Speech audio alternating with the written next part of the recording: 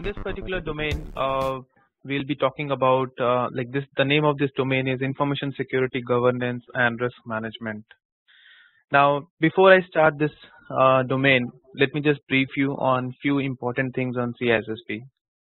So CISSP is a 6 hours exam. It's a paper written exam with 250 questions, and there is no negative marking. So all the questions are multiple choice questions. Over a period of time, this exam has become world recognized, and if you have this exam in your profile, you are treated as a person who can be nurtured for any profile in the industry in information security, be it cyber security, be it IT audit, be it information security consulting, be it your governance related profiles. So this is a very important certification which has become very popular in the recent years, and I'm sure this is the reason you all are here and attending this webinar. Now, in terms of number of domains, we have 10 domains, and this is potentially one of the easy domains, which is information security governance and risk management. Now, easy is a subjective word. It may be easy for you, may not be for me. It may be easy for me, and so I mean it may vary from person to person. So mainly what I have seen is people who are from an engineering background, people who are from a technical background, for them this domain is a tough domain, and people who have, let's say, some years of experience into management positions, or they have understood or they have gone through some other courses like COBIT, so for them this domain becomes a very easy domain. Now, as I always say, the main book to follow for the CISSP exam is the Sean Harris 6th edition book, and parallelly, as a guidebook, as a help book, as a consulting partner, you should keep you should keep the book called ISC Square 3rd edition book. So these are the two books which you should always have on your desktop, saved as a soft copy. And Sean Harris 6th edition book, it is preferred if you have a hard copy of this book, because you may you may be required to read this book line by line. The whole book has to be read. Now, this particular domain is domain 2 of the Sean Harris book and domain 3 of the ISC Square 3rd edition book. Now, moving on to the next slide. So this is the agenda of what we will be covering. Now, this particular domain, information security governance and risk management, I will be teaching you in two parts. So part 1 we have scheduled today, and part 2 we will be scheduling the next coming Saturday, which will be again 10 to 11:30. So in these two classes we will be completing this domain, and I can assure you, if you are with me, if you ensure that all the concepts are learned by you, solving questions will be a cakewalk, because everything in the exam or the questions, we will be doing some questions also on the calls, so all the questions will be easy for you to solve. So let's move on to the first topic, which is information security management. Now, this is just a definition of information security management. All points which are given in red are important keywords. So information security management is all about a manager who is into information security position, right? So I'm sure this is a very simple topic. We all understand the basic responsibilities are risk management, information security policies, procedures, standards, guidelines, baselines. Now, what are these? What is the difference between policies, procedures, standards, guidelines? This all we will be learning in this domain. Then information classification, security organization, security education. So I'm sure, we all understand that these are some of the key responsibilities what an information security manager has to deal with. But again, drafting of information security policies may not be may not be the responsibility of an information security manager. So this concept is more from a generalized concept, which is information security management. Now, this management may talk about the information security manager, the CISO of the company, chief information security officer, or let's say your other security positions, some quality positions. So this is in a general sense, this concept has been given. What do we understand as a holistic picture of information security management? That's where all these things come in. Before I move ahead, if anybody of you has any doubts, okay, or questions, please post them on the chat window. I'll be happy to answer them. Now the next is information security governance. Would anybody of you like to take an initiative and say and define what is governance in your terms? Anybody, you can type it on the chat window. What do you understand by governance?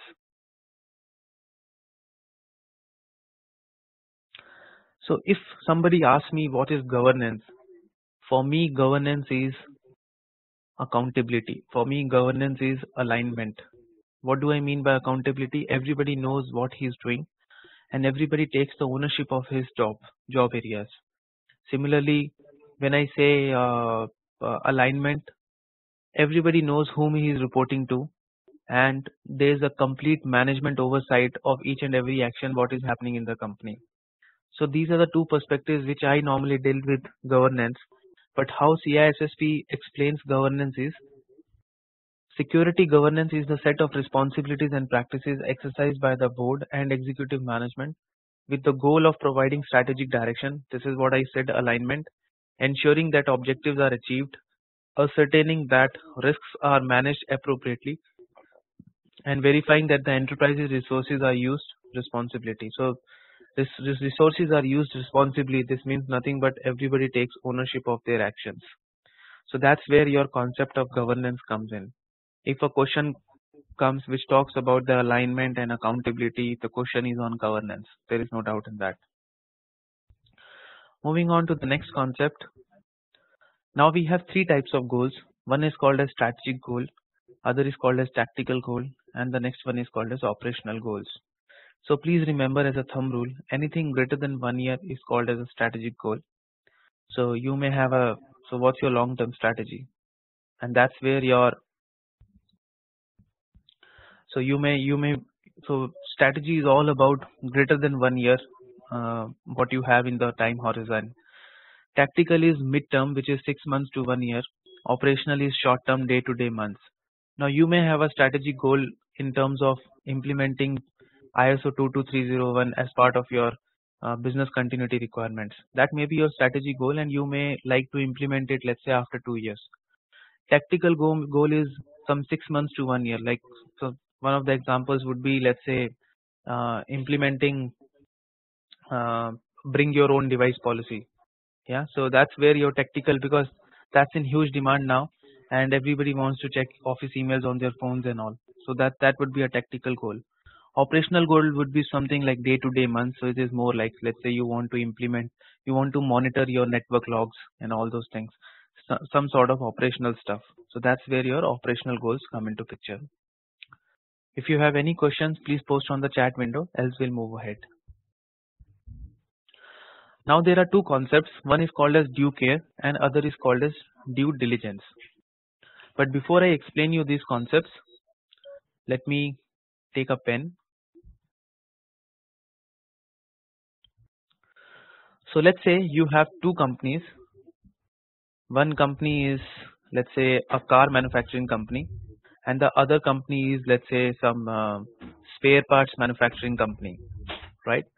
Now this car manufacturing company has its own IT infrastructure and similarly this spare parts manufacturing company has its own IT infrastructure and they have a very old partnership, and spare part company, let's say, provides them tires and this car company has a very long lasting relationship with this spare parts company.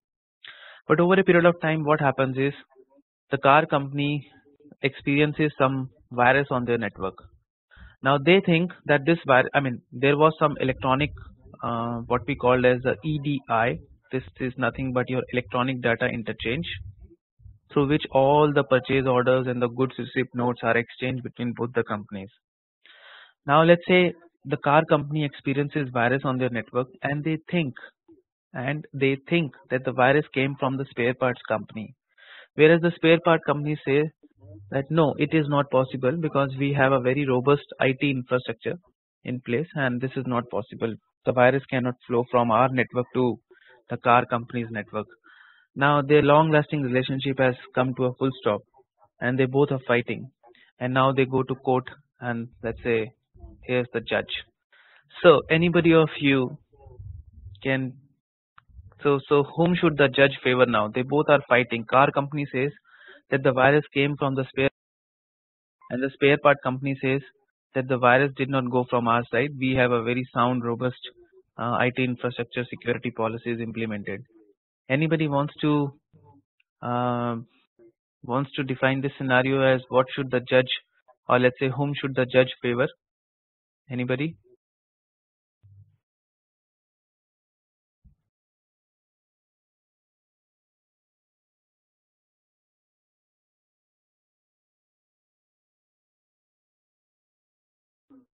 Anybody wants to define this? Whom should the judge favor?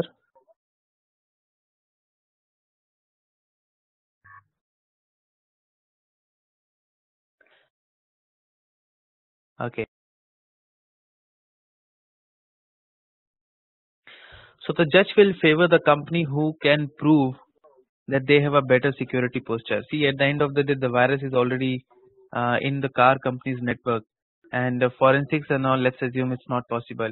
Now the judge has to give a favor, right? So judge will ask both the companies to prove as how much they invest on their IT security postures, and what kind of audit reports they have, and how sound is their, or how mature is their information security, um let's say, all initiatives they have on their premises.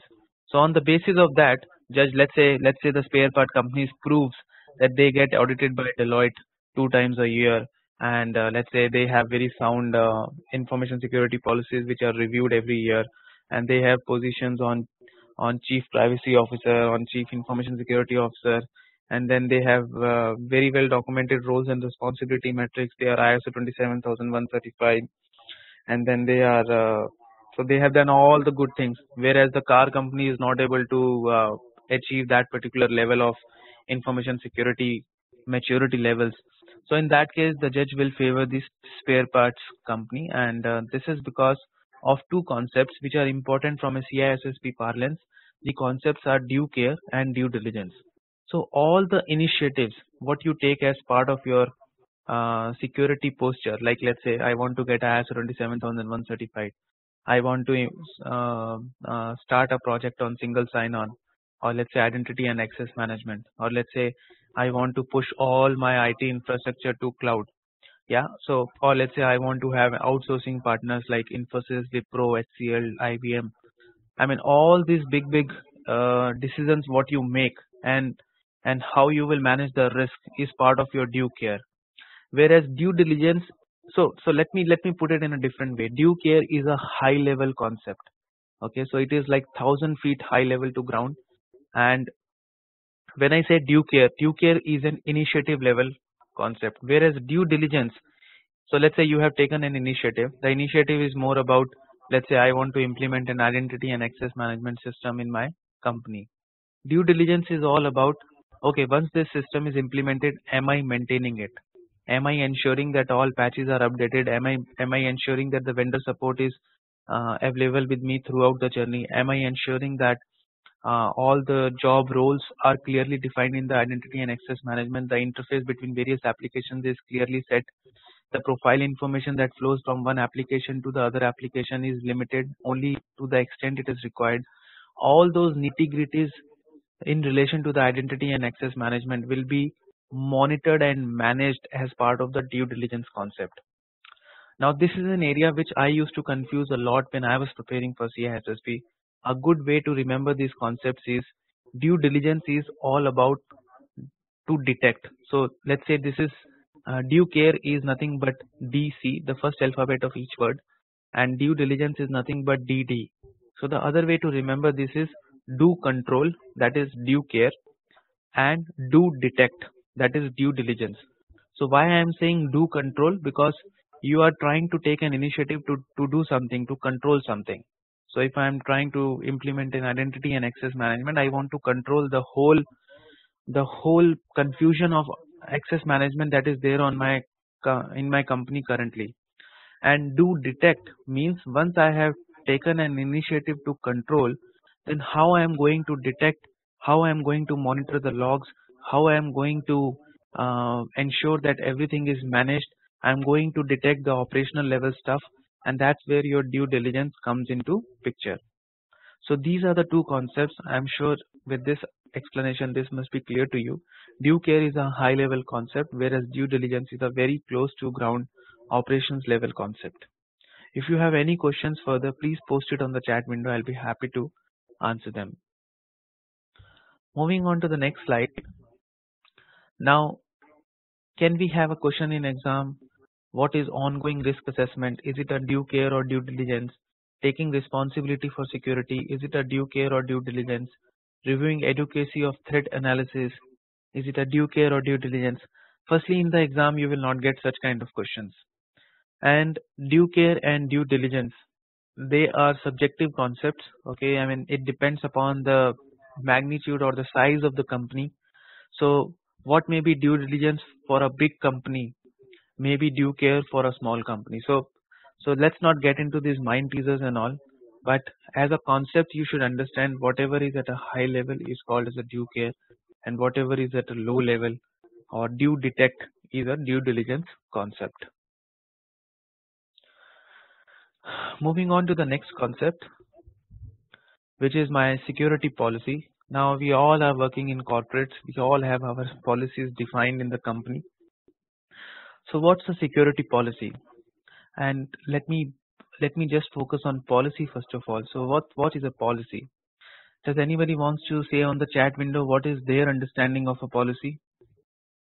You can just quickly type on the chat window.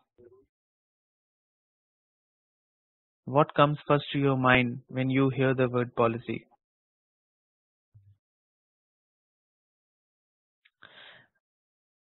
Okay, it's a set of rules. Anybody else?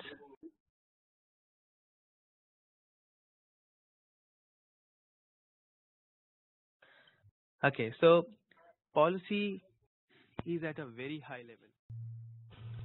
Yeah, so what's a security policy? Okay, if anybody asks me, is policy a due care or a due diligence?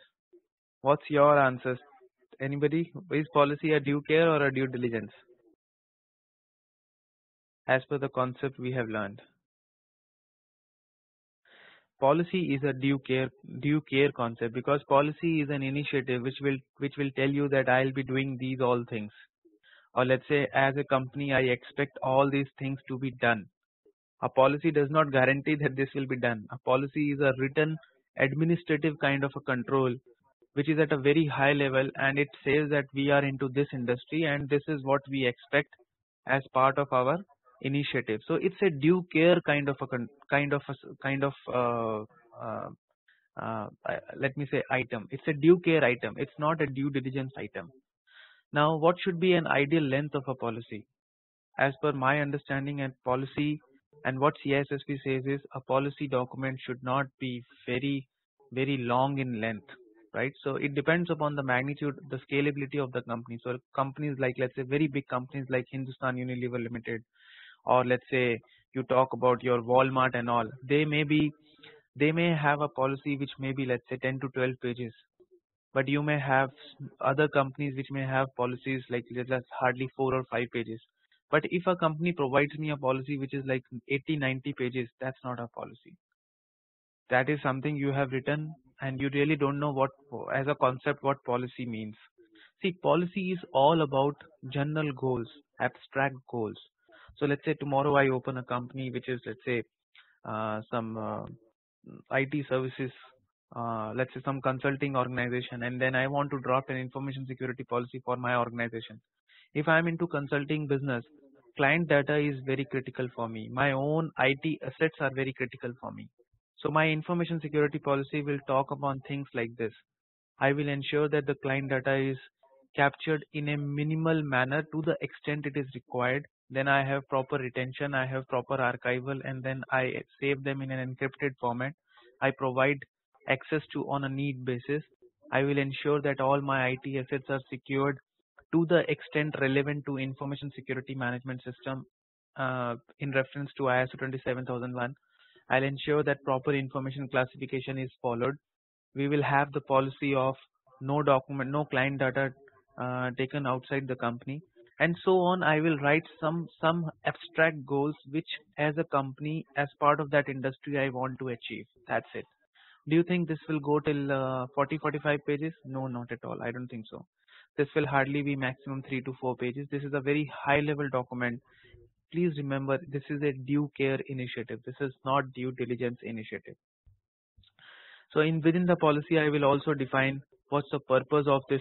Let's say I'm talking about now information security policy. So I'll say, why do I need information security as part of my company? What is the scope within scope of information security? Now, am I covering marketing department also? Am I covering legal department also? Am I covering only IT department? So this will all be the scope within the organization. And then it is also important to define the roles and responsibilities of critical positions like, let's say, chief information officer, or let's say chief information security officer, or let's say your let's say like your information security officers. So all these people, the responsibilities should be defined in the policy. Then next is compliance. This is where you talk about all these key initiatives and what you.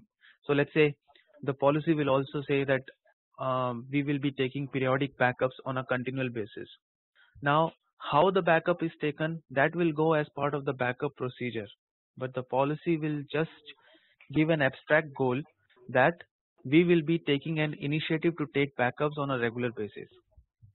So that's where my policy comes in. I hope the message was clear. If anybody of you has any questions further on policy, please post on the chat window. I'll be happy to answer. From an exam perspective, you may not get any direct question on policy, but just remember, policy is a high level document. It has abstract goals. The length should not be very large, and it just gives you the due care responsibilities of an organization. If you can remember these 4 points, you will not have any problems in the whole career journey of your information security. Moving on to the next one. So these are some of the characteristics of the policy. Like, this is what I just explained to you. Should be strategic in nature. When I say strategic, all about due care. Must be supported by management, aligned to business objectives, very generic, non-technical, very important. You know, some people start talking about patches in the policy. Come on, patches. If you want to talk about patches, you talk about in your baseline hardening policy. Either baseline hardening policy, or let's say your hardening documents. Information security policy is at a much high level. Use forceful and directive wording. What do I mean by this is, we will ensure that we are ISO 27001. That should be the wording of a policy. The policy wording should not be like this. We may ensure that going forward, after 2 years, we will take a collaborative call whether we need ISO 27001 or not. No, that's the wrong language. It should be forceful and directive wording. Should be communicated properly, reviewed at least once in a year, or any change to the organization should be updated at least once in 3 years. Once in 3 years? Really? Why not every year? Why not every 2 years? See, here again, a very important concept is there. As I said, policy is a high level document. If it's a high level document, if it is strategic in nature, do you think your strategy will change every year?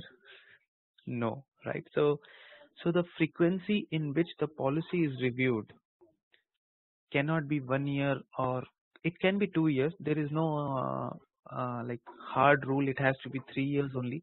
This is what CISSP says, but I have seen in my experience that policies are reviewed. In fact, every year. Also in banking, the policies are reviewed every year. That's as part of the Basel II committee requirements.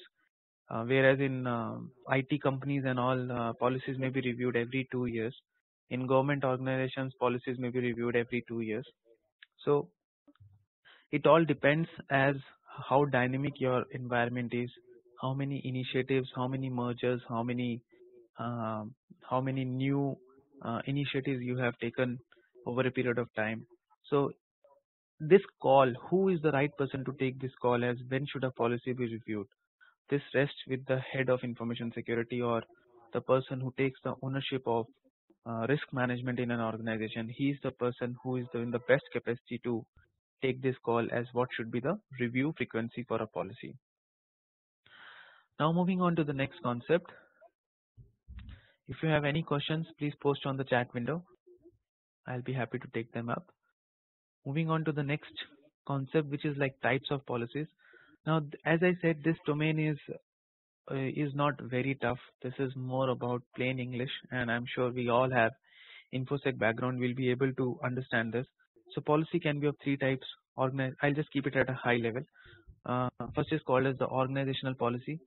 The second is called as the issue specific policy, and the third is system specific policy. So organization policy example is corporate governance policy. Yeah, that's on the that relates to the organization as a whole. Any other example of an organizational policy? Anybody can post on the chat window. What's the other example of organizational policy?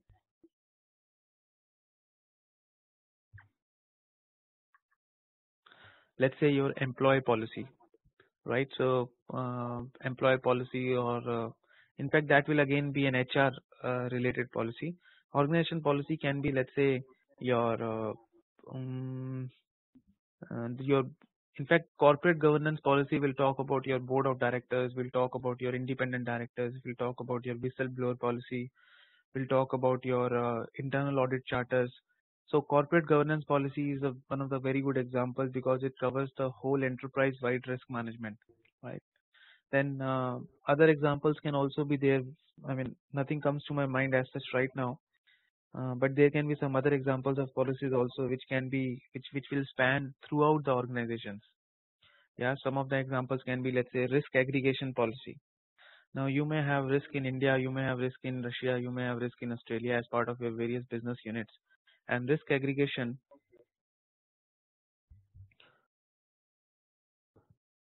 yeah, I hope you are able to hear me now. Yeah, so let me know if you are still not able to hear me.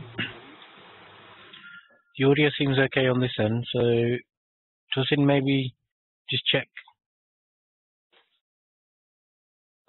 Yeah, so organization policy is something which spans throughout the organization, and then you have the issue specific policy. Issue specific, as the name suggests, specific to a particular issue. Let's say employee hiring, termination policy, background check policy, right? Or let's say all these kind of things. Just give me 1 minute, please.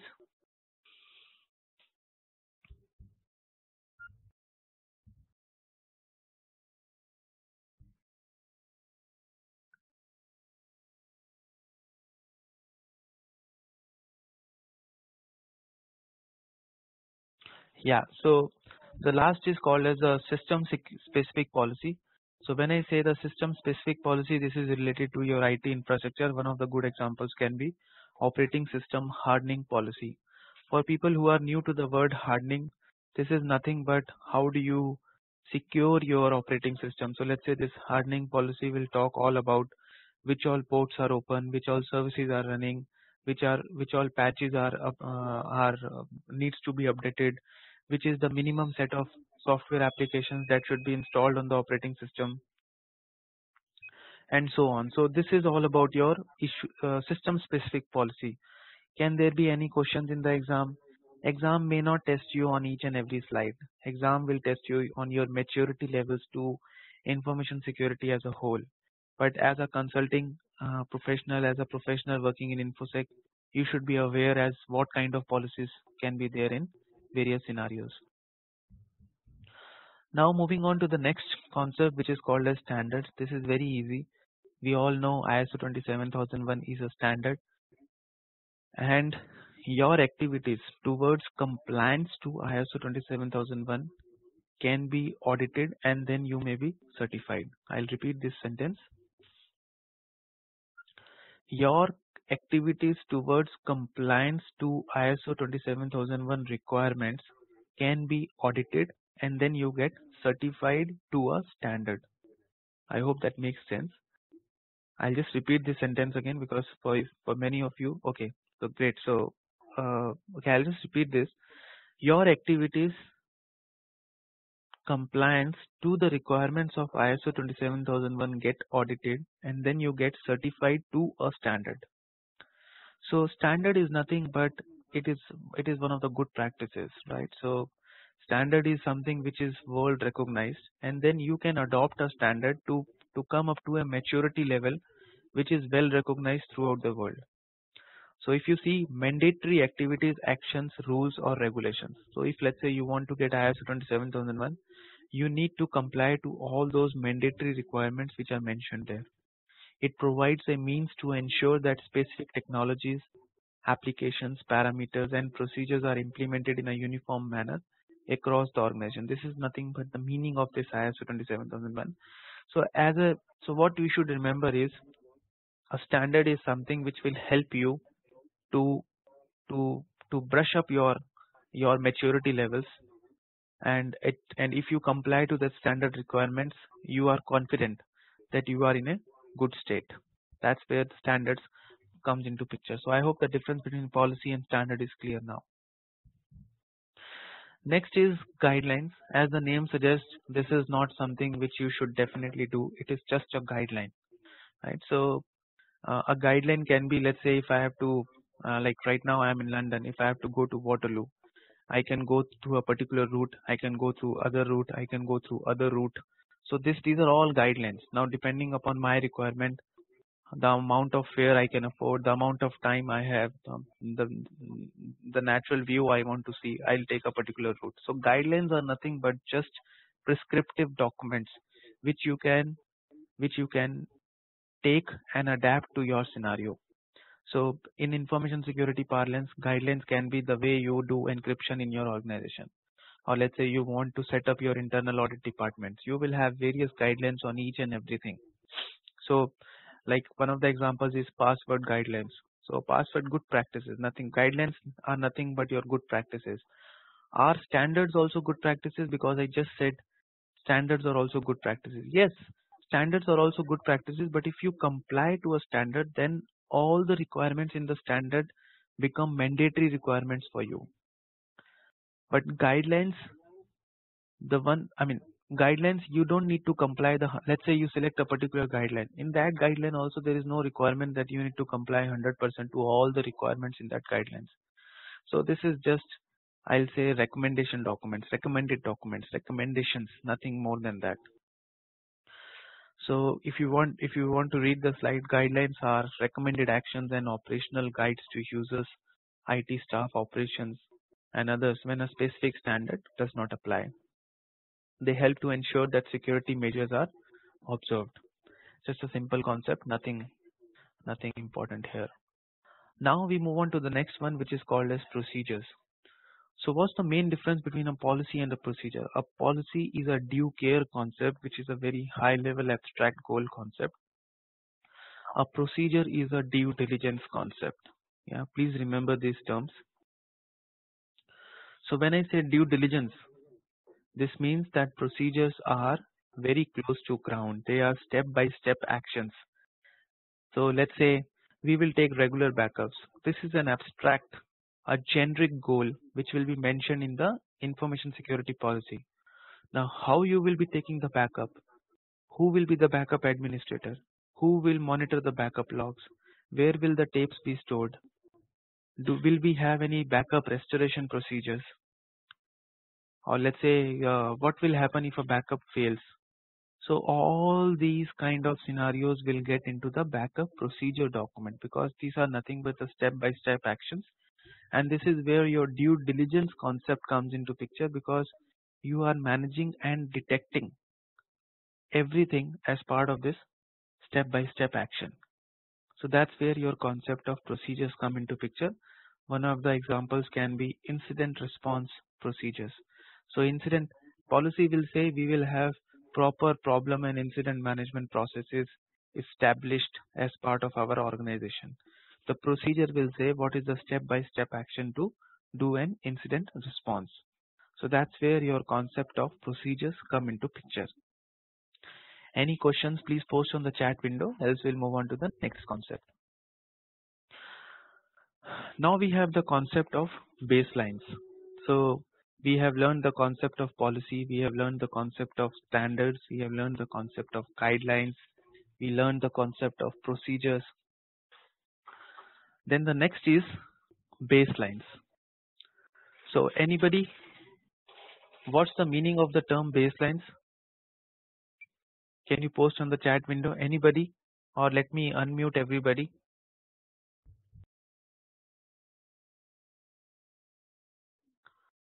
Anybody wants to explain what is the meaning of the word baseline?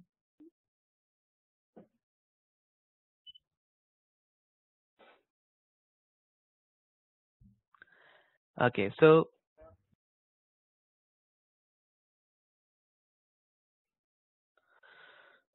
a baseline is nothing but the minimum set of requirements, right? So like I just gave you an example of OS, operating system hardening document. So hardening, baseline, they are all synonyms used in the information security world. So when you say hardening of an operating system, this means which all ports are open, which all services are running, which all minimum set of applications that will be installed on the operating system. So this is all nothing but your minimal set of requirements to secure that operating system. So in other words, these are nothing but your minimum set of baseline requirements to secure our operating system.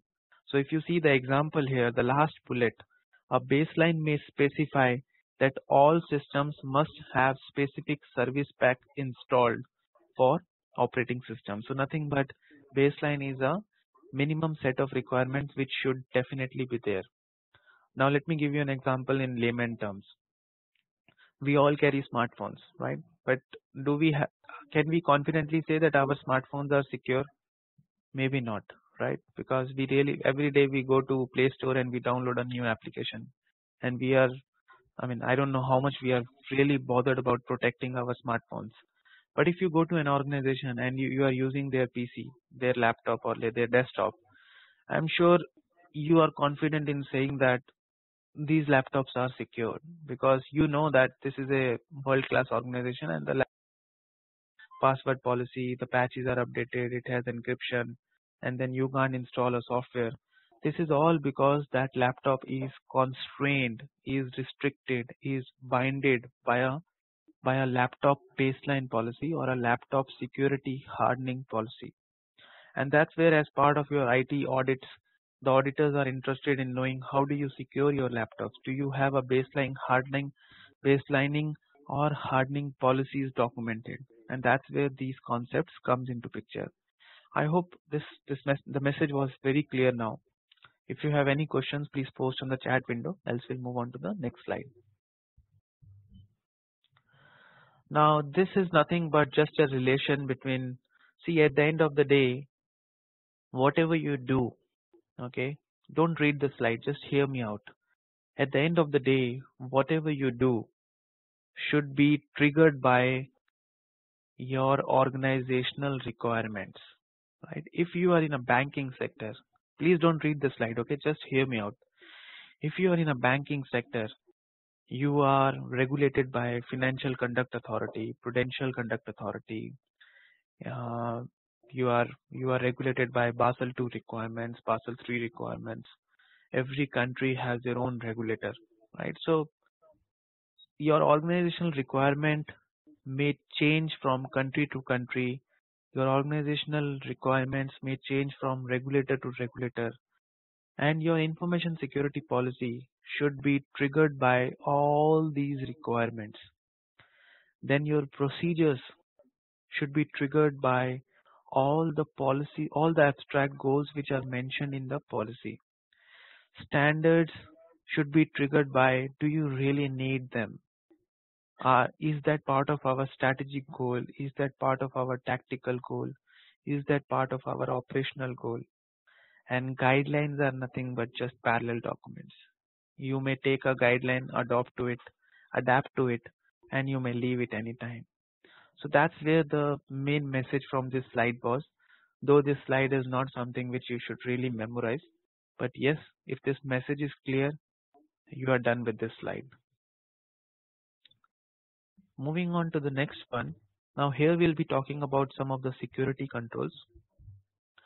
Now you may have various types of security controls. The first one is called as administrative controls. As the name suggests, it is all administrative nature control. You may talk about your policies, procedures, all documents that exist in the company. They are called as administrative controls because they are not IT controls. They are not human controls. Documentation is a kind of an administrative controls. The trainings, right? The periodic trainings you have, they are all administrative controls. Next is technical controls. Technical controls, the other name for technical controls is logical controls.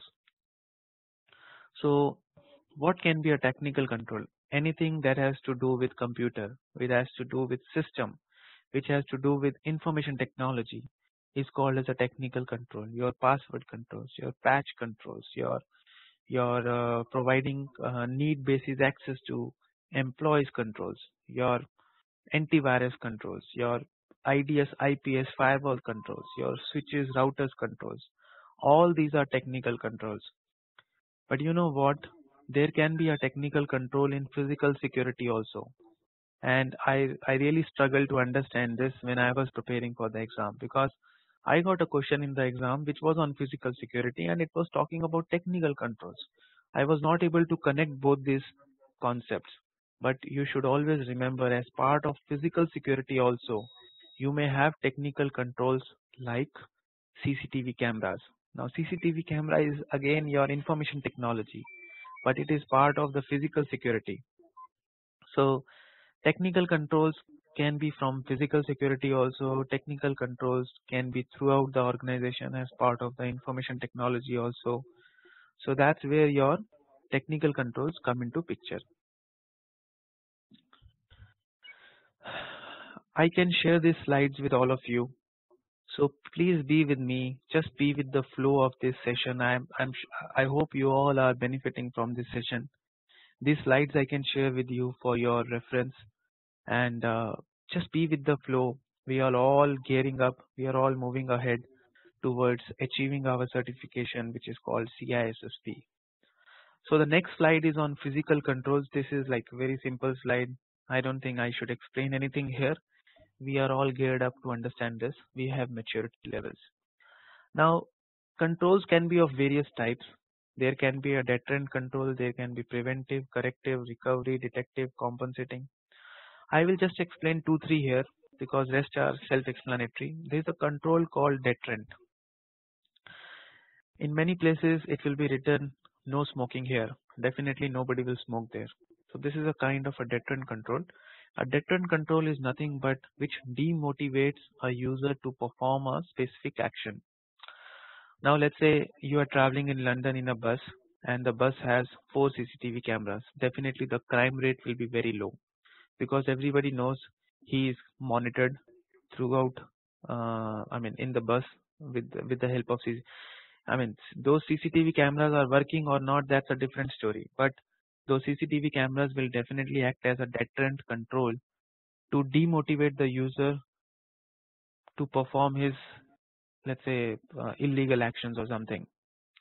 Then the last is called as compensating control. What is compensating? You compensate for something, as the name suggests, right? So let's say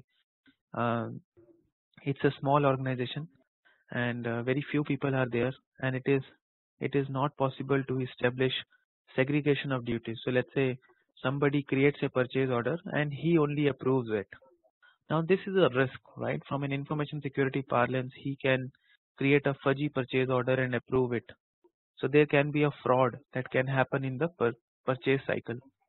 So what can be a compensating control is every day whatever purchase orders he has raised and approved, right? A report of all the purchase orders daily goes to his managers. Now his manager looks at it or not, that's a different story. But this is a kind of a compensating control where he will definitely be worried that my actions may get noted and let me do my job correctly. So this is just a very small example of compensating control. And then you have preventive control is something which so let's say you go to your Gmail account, it asks you for username and password. So definitely that's an example of a preventive control. So it prevents you to access your email till the time you enter your username and password. Yeah.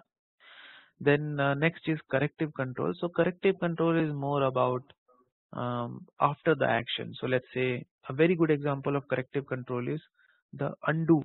UNDO feature, what we have in MS Word, what we have in Gmail.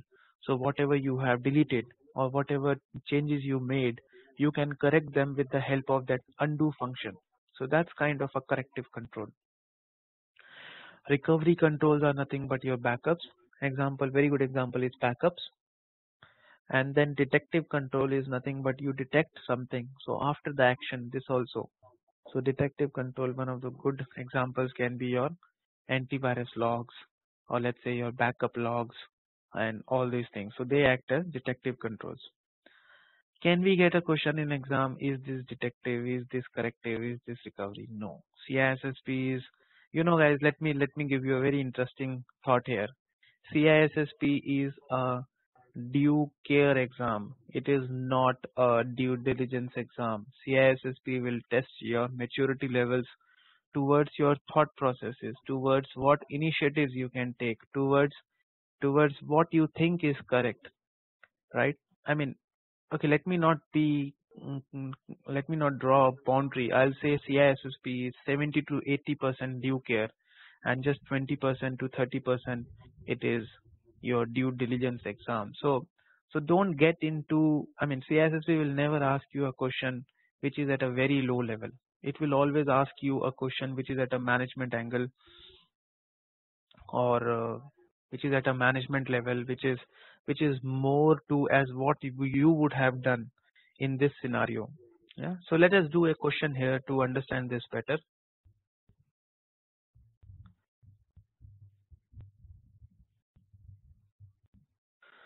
So can you all read the question number 1 and please post on the chat window as what would be your answer to this? You have just won a contract for a small software development firm which has asked you to perform a risk analysis. Very nice. The firm's president believes that risk is something that can be eliminated. As a CISSP, how should you respond to this statement? What should be your answers on the chat window quickly?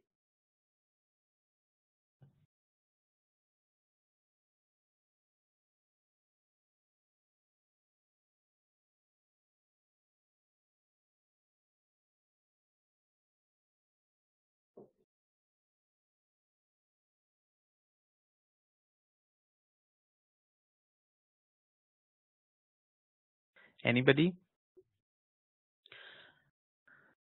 Yes, the answer will be B, as risk can be reduced, but it can never be eliminated. See, this is a sample question. This may not be an exam question. This is normally from a post-class quiz. Like once we are done with this particular session, I'll be circulating this post-class quiz with you. This is nothing but it helps you to develop your concept. Your exam question will be slightly more difficult than this. This is a very easy question just to help you to develop your concept. Let's do another question. So let's do this question. Which term describes the method of identifying vulnerabilities and threats and assessing the possible damage to determine where to implement security safeguards? Anybody?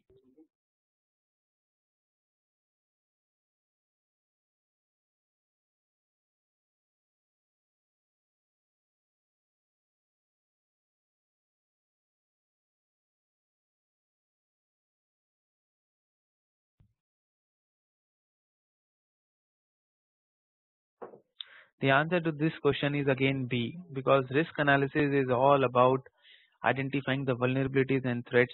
We'll be covering all this in the second class, which is on next Saturday. So there's nothing to worry here, but I'm just giving you an example. As such, let me take a question which we have already studied. Okay, let's do this question number 6, because it is something related to policies and procedures which we have already studied. So anybody wants to answer this question? What document gives detailed instructions on how to perform specific operations, providing a step-by-step guide? Quickly, friends, this is what we discussed.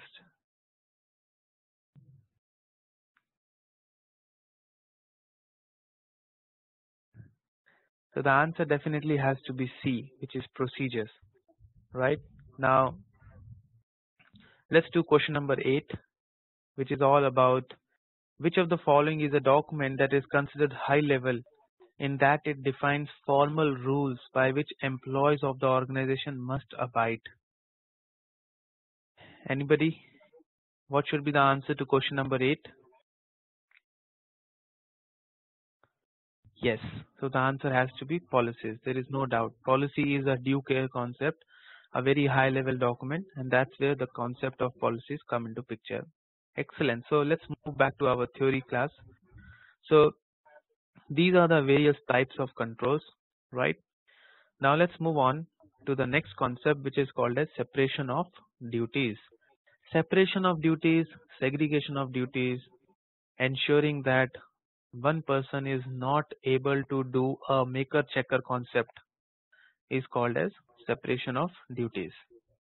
So let's say somebody is creating a purchase order, only the other person should approve it, and that's where your segregation of duties or separation of duties come into picture. One important point I would like to mention here: when I am talking, just focus on what I'm trying to provide you the message. If it is getting difficult for you to read the slide and to hear me out also, please postpone your reading of the slide when I will share with you these slides. Just focus on what I'm talking and try to make a scenario out of it, try to make a story out of it, and just try to hear me out 100%. So segregation of duties, separation of duties is nothing but ensuring that one person cannot commit a fraud, right? He is not the person who can create a PO also and approve it also. Job rotation. This is a very interesting concept. Mainly this is followed in banking. I'll tell you why. So let's say you are a cashier at a particular branch of a bank. So you will be there for 2 years or 3 years, and then you are postponed to, let's say, in fact, job rotation. Let me start again. Job rotation. So job rotation is all about, let's say you do a particular task, and then you are made to do some other task. So let me give you an example of my experience, or let's say my current profile in which I work for. So I work as an IT auditor also. I work as an information consulting, information governance specialist also. I work as an SAP auditor also, right? Then I also work as a GRC specialist. So in a nutshell, my company provides me engagements or client service delivery jobs across the plethora of responsibilities. In this manner, they are preparing me for they are making me as a cross functional professional, and that's where job rotation minimizes the risk. If let's say tomorrow, let's say the person who is only into SAP auditing, he leaves the company will lose out resource, right? Whereas if let's say somebody else is also there who can take up that particular job, who has cross training towards various aspects, so company will not be losing out as a short term goal, as an operational goal. Strategically they will be losing out a resource, but in a short term it will not affect the company very much. That's where the concept of job rotation comes into picture. The next concept is mandatory vacations. Now, this is again a concept which is very much important in banking sector, because in fact in private sector also, like I used to work for one of the big four firms, and in that firm I used to get uh, 20 holidays in a year, and they were all paid holidays. But to be eligible for those paid holidays, I had to take mandatory 5 days of continuous holidays, right? This was a very crazy kind of a policy. I mean, firstly, I didn't understand, like, why do you want me to take 5 days of consecutive leaves to be eligible for uh, encashing my leaves? And when I read CISSP, I actually understood the meaning of this policy. This is because if you go on a 5 day continuous leave, some other person will come in your position and he will do your job, and he will be able to find out if you are making some fraud as part of your daily responsibilities or not. And that's where the concept of mandatory vacations comes into picture. In fact, for the bank cashier and all, the people who release money, the hard cash, they definitely have to go on leave. I mean, they cannot be on the same seat 365 days a year. They will definitely go on leave, mandatory leave, for which they will be paid. That's a different thought process. But somebody else will sit in their position and will do the same task. So that's where the concept of mandatory vacations come into picture. Now you will get a question as out of job rotation and mandatory vacations, which one helps you to prevent collusion? What do I mean by collusion is, let's say two people join, I mean they get together, I mean they have their own chemistry, and they start making frauds. So separation of duties is something which can be diluted in that scenario. So let's say if I create a purchase order and then I convince my boss to approve the purchase order, a wrong purchase order, we both commit a fraud. So separation of duties can definitely not help in the scenario when it's a collision. Can job rotation help?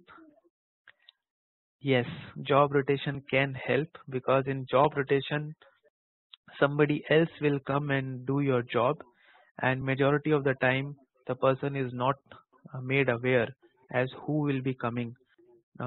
In fact, job rotation is more about, so you know that how to approve a purchase order, right? So it is good for cross training and also reduces the likelihood that employees will collude for personal gain. Because see, at the end of the day,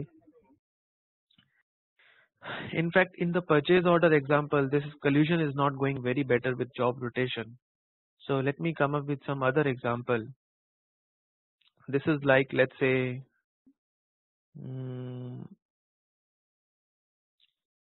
yeah. So let's say you are doing some client service, yeah, and in fact, let me park here. I'll come back to you on this collusion example for job rotation. I'll make a note here, and this maybe we'll share on email. Nothing comes to my mind as such right now. So I'll come back to you on this. But please remember, from an exam point of view, collusion is an aspect which is controlled by job rotation. Then the next is mandatory vacations. This is again we have studied. Split knowledge. Split knowledge is again a very important concept. So let's say we have to launch a missile, right? So launching a missile is a very critical activity, right? So in that case, let's say there is one big password, and half password is known by person A and the other half is known by person B. So when both the passwords will be simultaneously entered in the login screen, only then the system will be validated and the missile will be launched. Other example is, let's say you go and operate your bank lockers. So one key is with you and the other key is with your branch manager. When both the keys will get into the locker and they will be rotated simultaneously, clockwise or anti-clockwise, the locker will open. So this is one of the examples of split knowledge. Dual control and split knowledge, they are very close concepts. Dual controls is also like the bank locker example goes with the dual control, and the missile password example goes with the split knowledge concept. So please remember this and have some thought after this class, as really the locker example goes with dual control. Yeah, so both have to be there. Split knowledge, can one person enter half the password and go for lunch, and then the other person comes in, enters the remaining password? Yeah, so both people is not required to be at the same time at the same place.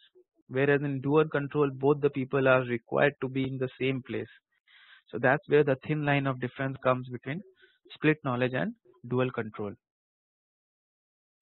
If you have any questions, please post on the chat window, else we'll move ahead.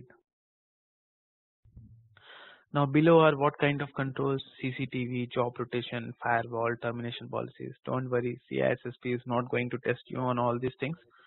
Yeah, but we all know CCTV is kind of a technical logical control, and CCTV is a kind of a detective control. Job rotation, right? This is again kind of a administrative control, and job rotation will help you to prevent collusion. Firewall is a technical control. It is again a preventive control, as it will not allow unauthorized traffic to come into the organization. It will also act as a detective control because you will be able to monitor the logs. And then termination policy, again an administrative control. See, the way I am talking, once you read this domain end to end, you will be able to connect all the dots, and you will be able to talk maturely as what kind of control, what category it falls, what is it, an administrative, technical, or is it yeah. So we'll be able to connect all the dots, and that's where the CISSP as an exam, it nurtures you to develop a maturity level to talk to anybody in this infosec arena, be it your CXOs or be it your operational managers, tactical managers, and so on. Now we move on to the information classification schemes. But before we move on to this, we start this topic. Anybody has any questions? Please post on the chat window. How is the class going? Anybody wants to share any feedback till now? Are you comfortable? Does it make sense to you? Anybody has any comments can post on the chat window.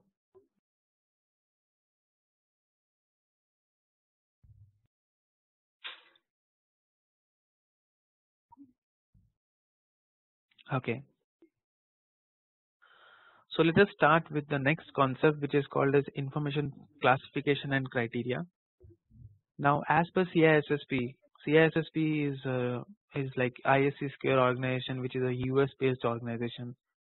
So you have classification criteria as per, CISSP gives you classification criteria as per the US Department of Defense, the military side and the government side. So mainly there are 4 classification. One is called as top secret, secret, and then you have sensitive but unclassified, and then you have unclassified. Now can we also adopt this as part of our organization?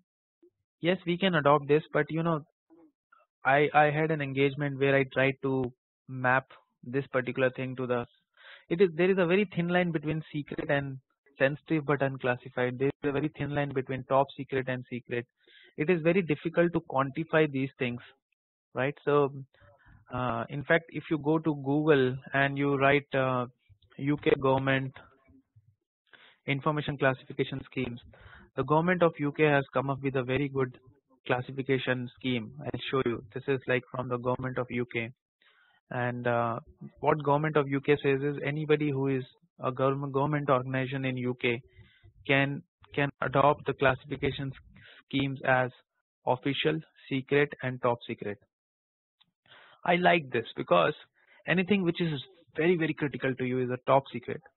Anything you don't want to be shared within your employees publicly also.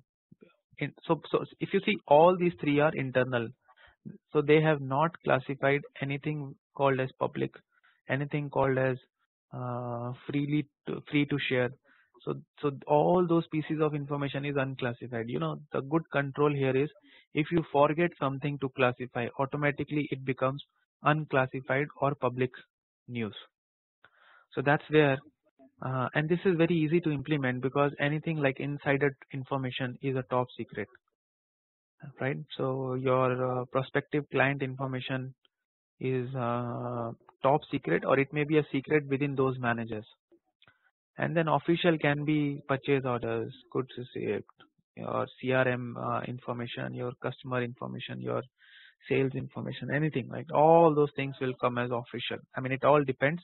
Now the good part is UK government has also given you some understanding, or let's say what makes you classify something as official, what makes you classify something as secret. So just wanted to share with you that from UK government also you have classification schemes, and then CISSP mainly talks about the US Department of Defense classifications like top secret, secret, sensitive but unclassified. This is a term which really used to confuse me, but this is nothing but it is not unclassified, but it is sensitive also. So in fact, to be honest, you can consider this as confidential. So you have unclassified, then you have confidential, then you have secret, and then you have top secret. So that's where these classification schemes are. CISSP also gives you commercial data classification, which is like for let's say companies like Amazon, Microsoft, commercial companies. So there you may have public, sensitive, private, confidential. So can we have any question in exam? No. Then why are we studying this? Because we want you to develop maturity levels towards information classification schemes. Classifications which may be for a government, which may be for a military, which may be for a commercial, which may be for government organizations. They all may different because they all may be different in their perspectives, because the kind of information you have can vary very much. Yeah, so that's where this classification schemes comes into picture. Okay, so let's see who answers this question. You can say A, B, C, D. Yeah, so first question, who wants to answer? Which data classification should apply to commercial trade secrets? Anybody?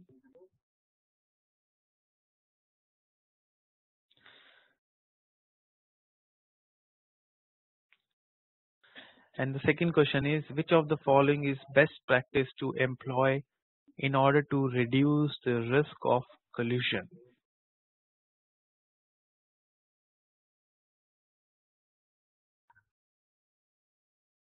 Yeah, so we discussed both these scenarios. So the first is definitely confidential.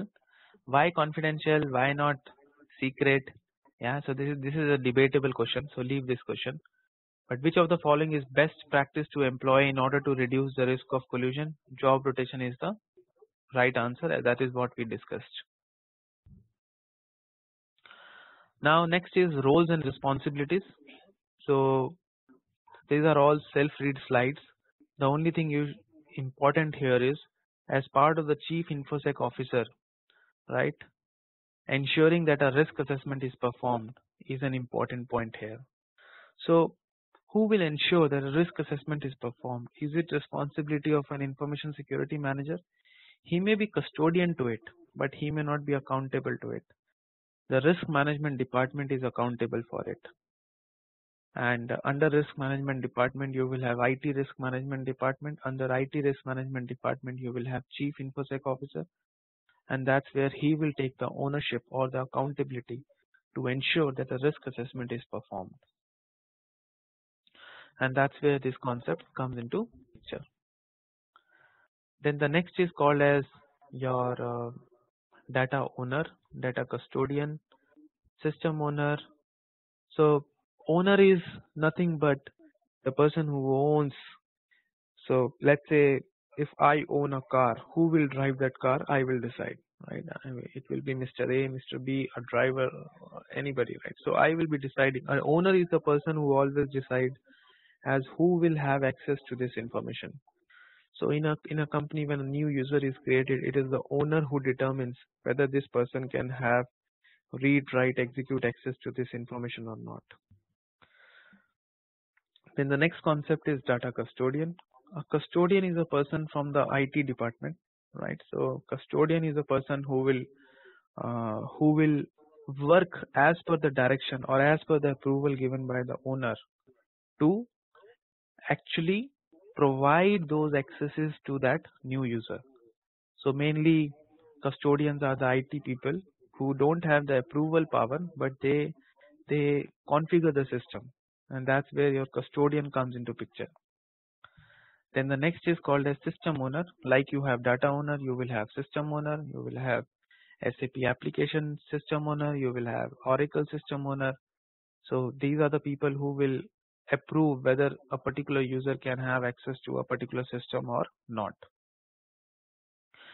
Then you have there are two concepts now. One is called as system administrator and other is called as security administrator. So mainly I have seen in my experience people confuse between both these terms. But please remember, a security administrator, as the name security is attached to this, he is the person who will decide from a security angle. So let's say which patch has to be installed. is a point which is thought by security administrator, and the installation of the patch on the system is defined by the system administrator, right? So there's a different in perspective here. So let's say a new user is created, right? So which all roles has to be assigned to the user will be decided by the security administrator. And let's say what should be the password criteria, or let's say what should be the length of the username, right? Or let's say whether the system can support a new user. All those administration kind of jobs, the system administration kind of jobs will be decided by the system administrator. The slides are very clear on this. After this session, if you read this again, I'm sure you will be able to get this concept. Else you are free to reach out to me on email. And then you have the user or the operator responsible for following security procedures. I think there's something missing here. That's fine. It's okay. So user or the operator is nothing but the person who is actually using the system, right? This is just a general thing, nothing more than that. Auditor is a person who examines security. So we have covered till 30 slides, right? So what I'll do is I'll park here, and the next session will start on the risk management, all those qualitative, quantitative, and then the assets valuation, and then we'll have asset types. Then you will have some mathematical questions on single loss expectancy, analyzed loss expectancy, Delphi method. So next class would be the actual portion on this domain, and you will have various risk management methodologies like Octave, FRAP, and so on, and some generic concepts on security steering committee. Yeah, and so all this will take up in the next session, right? Anybody has any questions, please post on the chat window.